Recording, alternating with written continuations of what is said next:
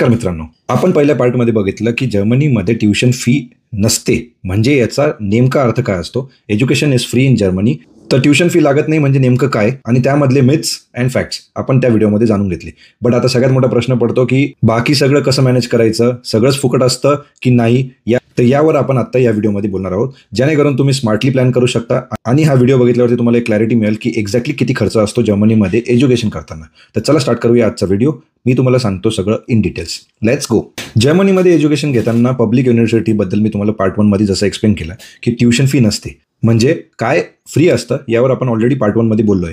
या पार्ट 2 मध्ये मी तुम्हाला फक्त एवढंच सांगेल की काय फ्री नसतं. तर सगळ्यात पहिली गोष्ट जी फ्री नसते जर्मनीमध्ये ती आहे सेमिस्टर फी. तर सेमिस्टर फी ही प्रत्येक युनिव्हर्सिटीनुसार व्हॅरी करते.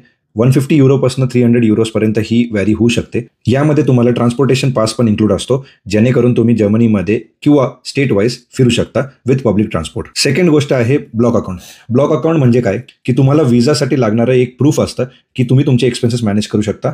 जर्मनीमध्ये जेवढा तुमचा टेन्युअर असणार आहे राहण्याचा, म्हणजे तुमचं मास्टर्स 1 इयरचा असेल किंवा 2 इयर्सचा असेल, तर तेवढ्यासाठी लागणारा खर्च तुम्ही अफोर्ड करू शकता.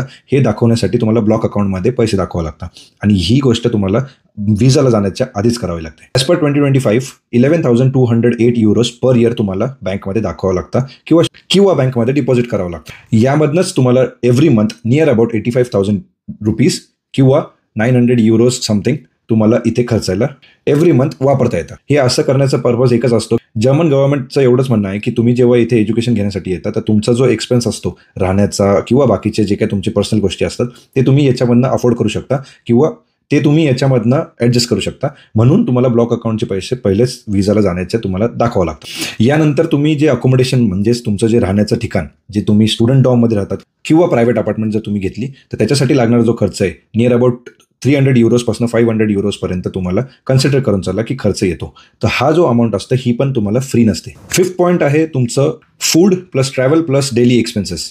तर फूड जो आहे तुमचा की जर तुम्ही घरी बनवायला शिकलात किंवा ऑलरेडी तिथून इंडियामधनं शिकून आलात तर तुमचे खूप सारे पैसे वाचतील. यानंतर तुमचे बऱ्यापैकी ट्रॅव्हल एक्सपेन्सेस जे असतात, जसं मी तुम्हाला सांगितलं की सेमिस्टर पासमध्ये किंवा ट्रान्सपोर्ट तुमचं इथलं फ्री असल्यामुळे तुमचे ते पण पैसे वाचतात. बट जर तुम्ही युरोपियन कंट्रीमध्ये आहात आणि युरोपियन कंट्रीमध्ये तुम्हाला कुठे फिरायला जायचं आहे, let's say for example if you want to go in Spain, तर जर्मनी टू स्पेनचा जो ट्रॅव्हल आहे तो तुमचा पर्सनल असतो. याच्याशी ब्लॉक अकाउंटमधले पैसे तुम्ही यूज करू शकता किंवा तुमचं जे काही दुसरे खर्च आहे ते तुम्ही तुमच्या एक्सपेन्सेसमधनं मॅनेज करू शकतात. बट डोंट थिंक की हे पण गव्हर्नमेंट तुम्हाला फ्री देते. हे फ्री नसतं, हे तुमचं पर्सनल आहे, त्याच्यामुळे तुम्ही पर्सनल टेक केअर करायचा. यानंतर जे तुमचे डेली एक्सपेन्सेस असतात, जसं तुम्ही शॉपिंग केलं किंवा कुठे जाऊन काही गोष्टी परचेस केल्या, तर हे पण पैसे तुम्हाला स्वतः बेअर करावं लागतात. माझ्या अंदाजे डेली एक्सपेन्सवरती स्टुडंट्सचे नियर अबाउट 15,000 पासून 20,000 पर्यंत एव्हरी मंथ खर्च होतो. यामध्ये तुमचे ग्रॉसरीज, तुमचे डेली एक्सपेन्सेस सगळं कन्सिडर करून, इथली तुमची लाईफस्टाईल कन्सिडर करून तुमचे एवढे एक्सपेन्सेस होतात. त्याच्यानंतर तुमचे जे व्हिसा कॉस्ट असतात, फ्लाईट तिकीट्स असतात आणि डॉक्युमेंटेशन कॉस्ट असतो, तो पण तुम्हाला बेअर करावं लागतं. व्हिसा कॉस्ट जवळपास 6,000 पासून 8,000 पर्यंत असतो.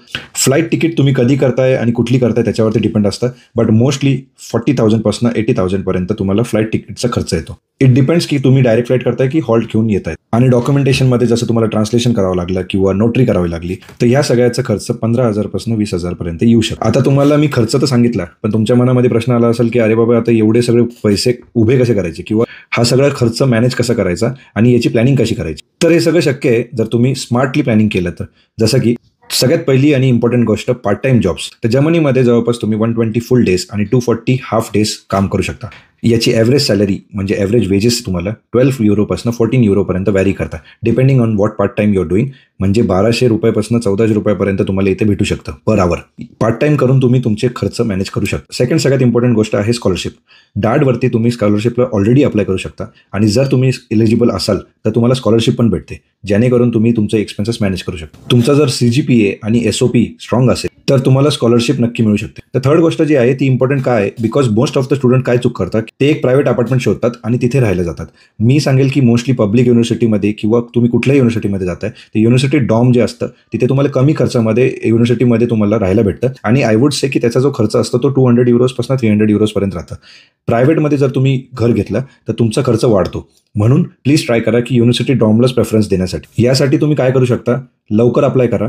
वेटिंग लिस्टमध्ये तुमचं नाव असतं, but most of the time सगळ्या युनिव्हर्सिटी ट्राय करतात की डॉममध्ये ॲडमिशन भेटून जातं. So go for it.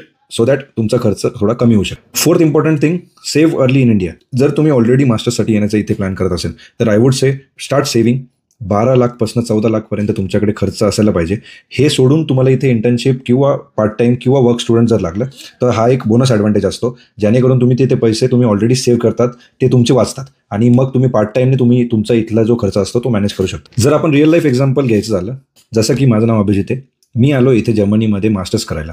Masters करण्यासाठी जेव्हा मी इथे आलो तेव्हा मला पब्लिक युनिव्हर्सिटीमध्ये ॲडमिशन भेटलं. ट्युशन फी मी इथे काहीच भरली नाही आहे, बिकॉज पब्लिक युनिव्हर्सिटीमध्ये माझं ॲडमिशन झालं. सेमिस्टर फी मला नियर अबाउट 18,000 euros लागली. हॉस्टेल रेंट किंवा स्टुडंट डॉमध्ये माझं अकोमोडेशन असल्यामुळे मला 270 euros लागले पर मंथ फॉर अकोमोडेशन. यानंतर मी केलं पार्ट टाईम जॉब इथे, जेणेकरून मला नियर अबाउट 12 euro पासून 14 euro पर्यंत पैसे भेटले, ज्यावरती मी माझे इथले एक्सपेन्सेस मॅनेज केले. आता होतं काय की जर्मनी तुम्हाला शिक्षणाची जबाबदारी देते, पण पैसे मॅनेज कसे करायचे हे कोणीच शिकवत नाही. सो प्लॅन करतानाच तुम्ही तुमच्या या गोष्टी लक्षात घ्या.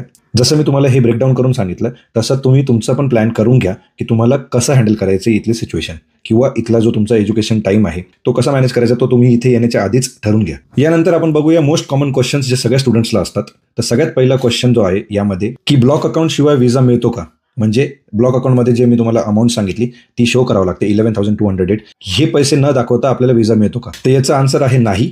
बिकॉज जर तुमच्याकडे स्कॉलरशिप असेल, fully funded scholarship for your course, तरच तुम्हाला व्हिसा भेटतो. नाहीतर जर तुम्ही ब्लॉक अकाउंट नाही दाखवलं तर तुम्हाला व्हिसा भेटत नाही. सेकंड सगळ्यात इम्पॉर्टंट क्वेश्चन मुलांना असतो की पार्ट टाईम जॉब इझिली भेटतात का.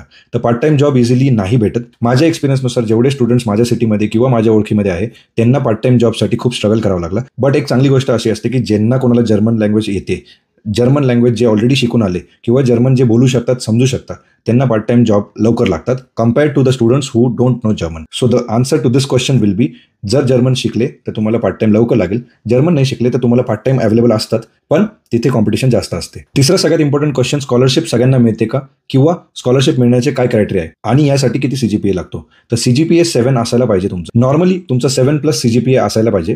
तुमचा SOP खूप स्ट्रॉंग पाहिजे. SOP म्हणजे स्टेटमेंट ऑफ पर्पज. त्यानंतर अर्ली अप्लाय केल्यावरती तुम्हाला स्कॉलरशिप भेटण्याचे चान्सेस वाढतात. तर ट्युशन फ्री एज्युकेशन हे खूप मोठं ॲडव्हान्टेज आहे आपल्यासारख्या स्टुडंट्सला. पण जर तुम्ही खर्चाची योग्य तयारी केली तर जर्मनीमध्ये तुम्हाला लोन फ्री आणि स्ट्रेस फ्री एज्युकेशन भेटू शकते. नेक्स्ट व्हिडिओमध्ये आपण बघूया की जर्मनीला अप्लाय करण्यासाठी स्टेप बाय स्टेप प्रोसिजर काय आहे, काय काय डॉक्युमेंट्स तुम्हाला लागतात, टाईमलाईन काय असते आणि काय प्रोसेस आहे. आणि जर तुम्हाला या व्हिडिओमधून थोडी जरी हेल्प झाली असेल तर हा व्हिडिओ तुमच्या फ्रेंडला नक्की शेअर करा जो ऑलरेडी इथे आहे किंवा प्लॅन करतोय इथे येण्याचा. भेटूया आपण पुढच्या व्हिडिओमध्ये. तोपर्यंत आय वुड से काळजी घ्या अँड जय महाराष्ट्र.